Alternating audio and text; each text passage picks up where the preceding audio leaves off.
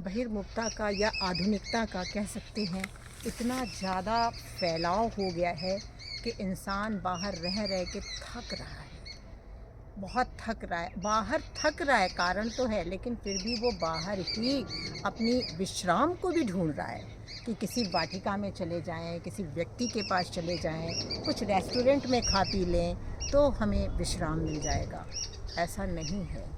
आपको सत्य बता दूं, आगे आने वाला जो समय है उसमें, क्योंकि अनादि से हमें यही कंडीशनिंग की गई है कि खुली आंखों से बाहर देखते रहो। छोटे छोटे बच्चों तक को भी चश्मा लग गया है क्योंकि हमने दुरुपयोग किया है अपने इंद्रियों का। खैर, ये बात मैं नहीं कहना चाह रही थी। मैं तो ये बताना चाहती हूँ कि आपको बाहर बहिर्मुखता से अपने अंदर की ओर, अपने भीतर की ओर, अपने पहचान की ओर, अपने स्वरूप की ओर, अपने स्वधर्म की ओर बढ़ना ही पड़ेगा। कोई भी अवस्था में आप हैं, यदि आपका मन अशांत होता है तो बाहर प्लीज़ मत ढूंढें। आप एकांत अच्छे शांत जगह में, जहाँ थोड़ी खुली हवा हो, थोड़ा धूप हो या एकांत हो, वहाँ थोड़ी देर बैठकर अपने साथ तो बैठना सीखें। अपने साथ बैठने का मेरा मतलब ही यही है कि सिर से पाँव तक का आपका अधिकार है। सिर से पाँव तक, सिर के ऊपर और पैर के बाहर आपका स्थान नहीं है, आपका विस्तार नहीं है। हमारा ये जो बाहर का शरीर दिख रहा है, ये तो 5 तत्वों से बना हुआ है, सभी जानते हैं। और इसके अंदर जो कुछ होता है वो इसी के समानांतर या अभिन्न रूप से स्थित हमारे जीव द्रव्य, जो सिर से पांव तक असंख्य प्रदेशी असंख्य रूप से विद्यमान। ये बात शास्त्र पढ़ लो, गुरु का साथ कर लो, मंदिर मस्जिद में रोज़ दौड़ लो, थोड़ी देर के लिए तो मिलेगा, क्योंकि हम बाहर ही हैं, हम पर में हैं, प्रभाव में हैं। हमें अपने स्वभाव को पहचानना होगा जो हमारे अंदर ही विद्यमान है, ठीक उसी तरह जैसे कि हिरन की कस्तूरी उसके अंदर ही होती है और वो ढूंढती तो बन बन में है, जंगल जंगल में डोलती घूमती है।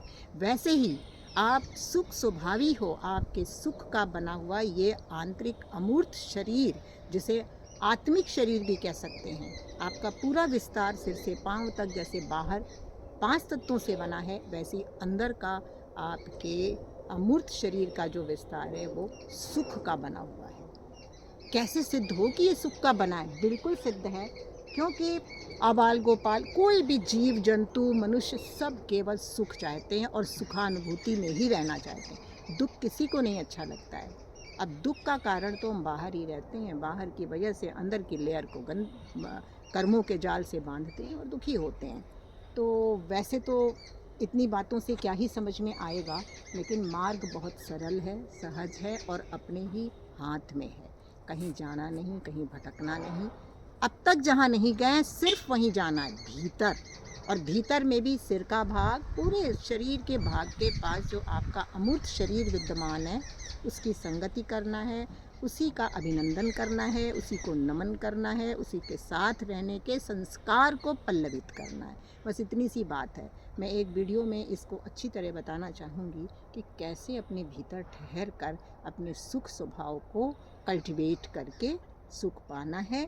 और सुख ही स्वास्थ्य है, ये समझना। स्वास्थ्य बाहर नहीं है, स्व में स्थित होने से ही आपको आगे तक का स्वास्थ्य मिलेगा।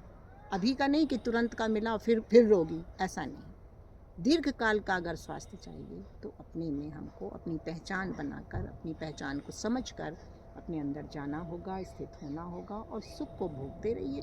सुख के तो आप बने हो, सुख स्वभावी हो। दुख तो बाहर के प्रभाव से आया, तो बाहर से बचाओ और अंदर से अपना सुख का व्यापार महसूसता के द्वारा बढ़ाना। धन्यवाद।